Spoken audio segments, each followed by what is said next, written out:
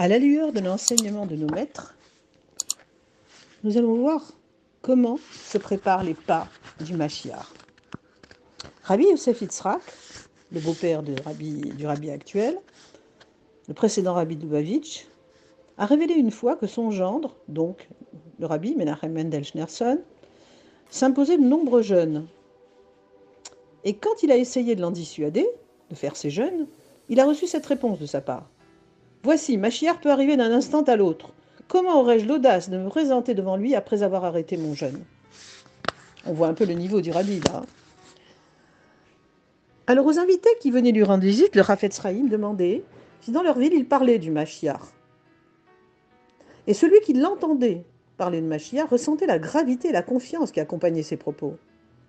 Alors tout le monde ne doutait plus de l'urgence qu'il y avait à se préparer à accueillir le libérateur. Le Chafetz Chaim disait « Même un aveugle peut voir que nous nous trouvons déjà dans la période des talons du Mashiach. » Pour Rabbi Yosef Yitzhak Schneerson, Mashiach est déjà là. Il se tient derrière notre mur. Le souffle court, il attend qu'on le fasse rentrer dans la pièce. Et dans le monde d'en haut règne une grande joie, car il est déjà venu. Là-haut, ils sont prêts. Les femmes ont mis leurs belles robes, leurs tambourins, et les hommes sont prêts. Et on se prépare. Tout est prêt pour la venue du Mashiach. Mais ici en bas, il attend que les Bnei Israël fassent teshuva. Alors c'est en bonne voie, bien sûr. Quand les Juifs ouvriront les yeux, dit le rabbi, ils verront tout de suite comment le monde est prêt, au point qu'ils demandent et exigent de chaque Juif qu'il s'élève jusqu'à la situation de la délivrance la plus totale et d'une manière visible à tous. Ainsi, pendant la période qu'on appelle les talons du Mashiach, qui précède sa venue, on ne devra pas se comporter d'après la logique habituelle.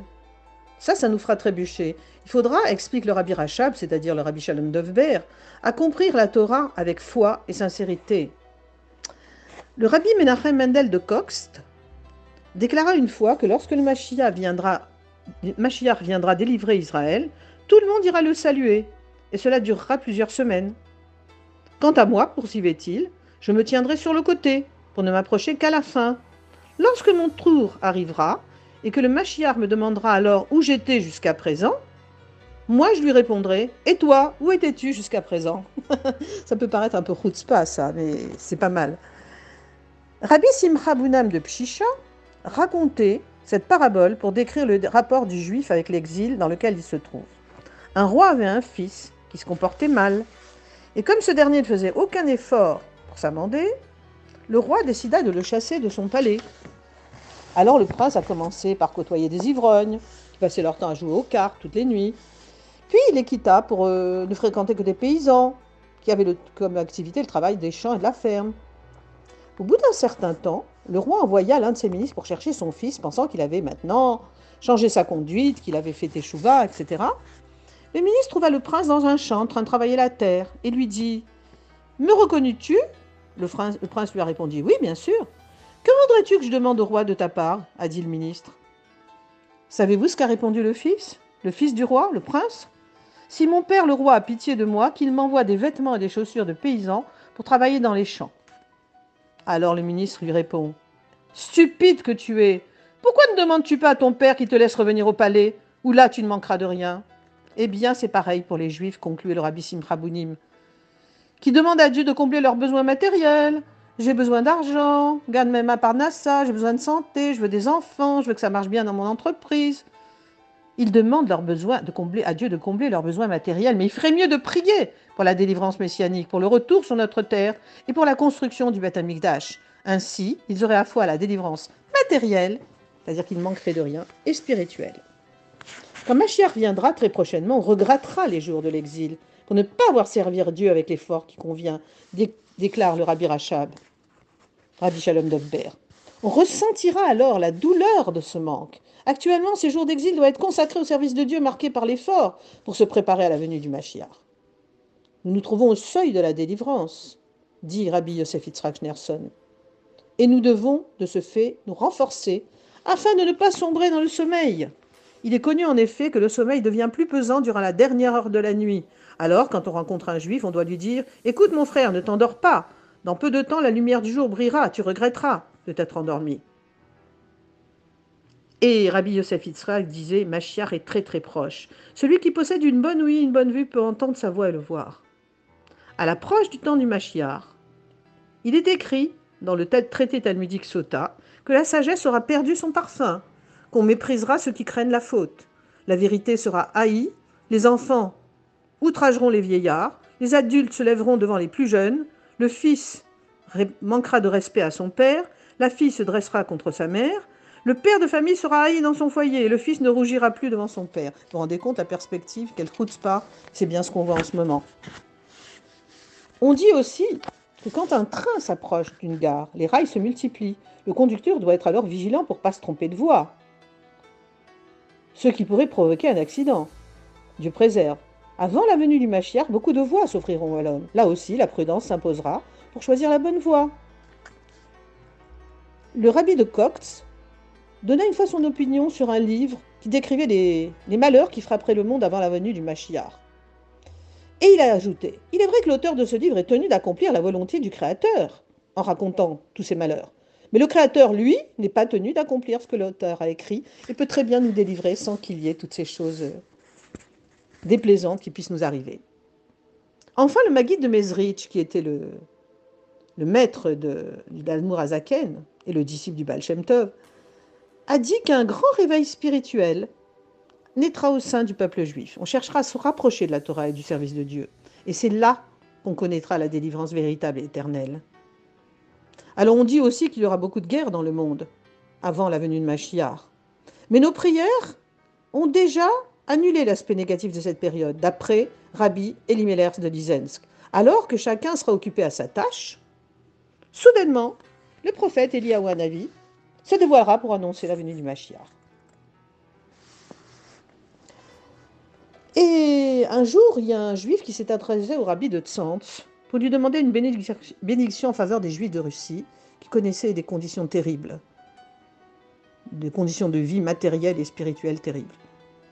Et le rabbi de Tzantz lui a dit « Pour l'instant, je ne peux rien faire pour toi, mais avant la délivrance, la Russie éclatera en morceaux et alors Mashiach viendra. » Et c'est bien ce qu'on observe.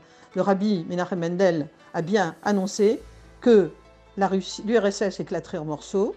Ça s'est produit quelques années après, et que les juifs russes pourraient monter, faire leur allié en Eretz, Israël.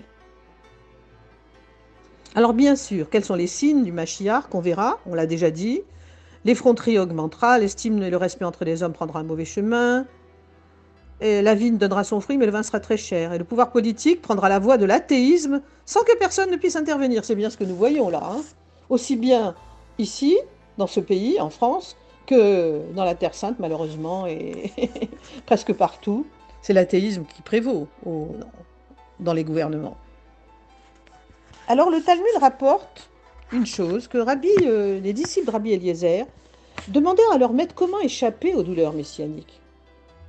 Et il a répondu par l'étude de la Torah et la pratique des bonnes actions, et par la tzedaka en particulier. Alors évidemment, comment le Mashiach, une seule et unique personne, pourra-t-il enseigner la Torah à tous les Juifs, y compris à ceux qui revivront? En fait, il n'aura pas un enseignement progressif, structuré, comme celui qu'on entend de nos jours, explique le rabbi. Bien au contraire, il donnera tout en une seule fois, à la manière de la vision, comme on montre une image, comme on montre une vidéo. Ainsi, le Harizal, alors qu'il se reposait le Shabbat après-midi, a une vision merveilleuse. Il a dit par la suite que s'il voulait décrire sa vision, il aurait fallu 80 ans de sa vie. Et on raconte que lors d'un Melavé Malka, le Baba Salé, Rabbi Israël Aboursira, Zikrono Tzadik Livracha, a dit « Mashiach est proche, très très proche ». Et Rabbi Yosef Yitzhak ajoute « Au moment de la venue du Mashiach, même les pierres parleront. Et elles diront à chacun d'entre nous « Pourquoi tu marchais sur moi sans prononcer les paroles de Torah ?» Et c'est pourquoi le Rabbi conseille, quand on est dans la rue, de tout le temps prononcer des paroles de Teilim, des paroles de Mishnayot, ou encore de Tanya. Réciter le chapitre 41 du Tanya est une très bonne chose. Et un jour,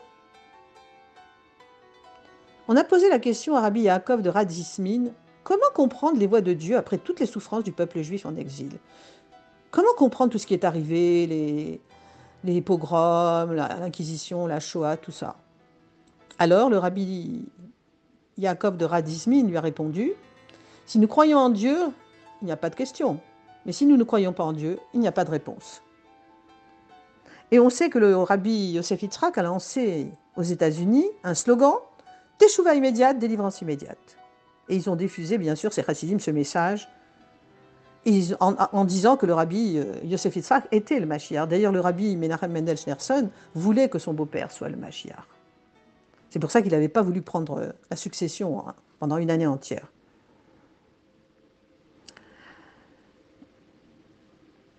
Et on sait que la mitzvah de croire chaque jour en la venue du Mashiach montre qu'il existe dans le monde déjà.